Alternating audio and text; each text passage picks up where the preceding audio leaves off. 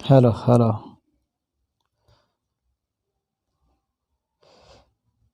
आइए दोस्तों, मैं आपको स्वामी विवेकानंद की कुछ जीवन गाथा सुनाता हूँ। 12 जनवरी 1863 को कोलकाता में जन्मे नरेंद्र नाथ आगे चलकर स्वामी विवेकानंद के नाम से मशहूर हुए। विवेकानंद की जब भी बात होती है तो अमेरिका के शिकागो की धर्म संसद में साल 1893 में दिए गए भाषण की चर्चा जरूर होती है। ये वह भाषण है जिसने पूरी दुनिया के सामने भारत को एक मजबूत छवि के साथ पेश किया। लेकिन भाषण में उन्होंने कहा, क्या यह कम ही लोग बता पाते हैं।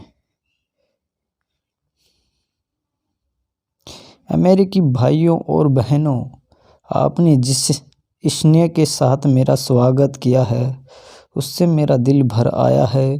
मैं दुनिया की सबसे पुरानी संत परंपरा और सभी धर्मों की जननी की तरफ से धन्यवाद देता हूँ।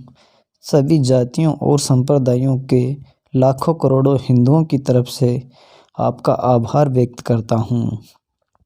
मैं इस मंच पर बोलने वाले कुछ वक्ताओं का भी धन्यवाद करना चाहता हूँ जिन्होंने ये जाहिर किया कि दुनिया में सहिष्णुता का विचार पूर्व के देशों से फैला है। विवेकानंद और दाऊद का आर्य सम्मान कैटेगरी में मेरी दादी और स्वामी विवेकानंद।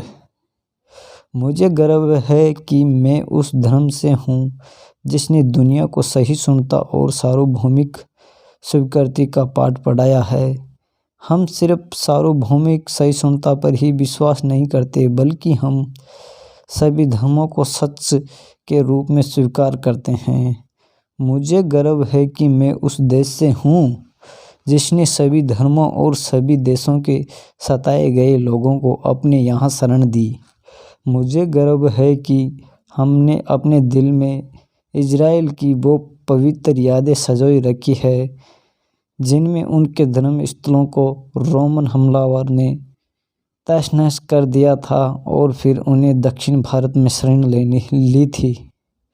मुझे गर्व है कि मैं एक ऐसे धर्म से हूँ जिसने फारसी धर्म के लोगों को शरण दी और लगातार अब भी उनकी मदद कर रहा है। मैं इन मौके पर वह श्लोक सुनाना चाहता हूँ जो मैंने बचपन में याद किया और जिसे रोज़ करोड़ों लोग दोहराते हैं। जिस तरह अलग अलग जगहों से निकली नदियाँ अलग अलग रास्तों से होकर आखिरकार समुद्र में मिल जाती है, ठीक उसी तरह मनुष्य अपनी इच्छा से अलग अलग रास्ते चुनता है।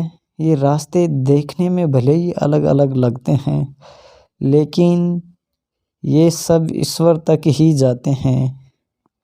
मौजूदा सम्मेलन, जो कि आज तक की सबसे पवित्र सभाओं में से हैं, वह अपने आप में गीता में कहे गए इस उपदेश इसका प्रमाण है। जो भी मुझ तक आता है, चाहे कैसे भी वो हो, मैं उस तक पहुंचता हूं।